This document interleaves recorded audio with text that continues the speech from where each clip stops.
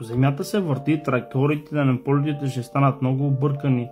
Полетът в западна посока от Ню Йорк до Калифорния е 3930 км, което отнема малко под 5 часа с пътнически самолет. Ако Земята се върти на изток с над 1600 км в час, тогава този полет не само ще отнеме много по-малко време, но също така ще направи почти невъзможно самолета да се върне в обратната посока, поради постоянното въртене на Земята.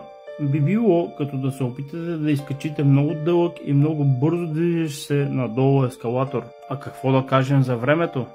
Ако Земята и атмосферата се въртят с над 1600 км в час, тогава не мислите ли, че би било невъзможно да се наблюдават такива неподвижни облаци и метеорологични образования над нас? Да не говорим, че облаците често се пресичат по пътя си. Това би било невъзможно, ако въртенето на Земята беше реално.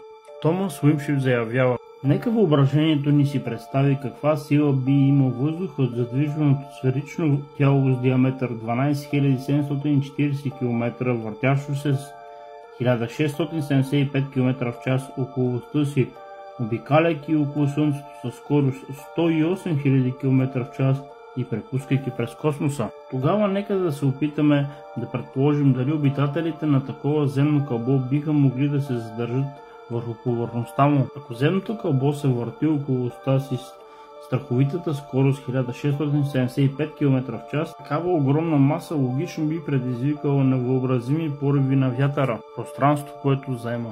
Вятърът ще се движи в една посока и всички облаци, които попаднат в сферата на влияние на въртящото се кълбо, би трябвало да се движат в същата посока.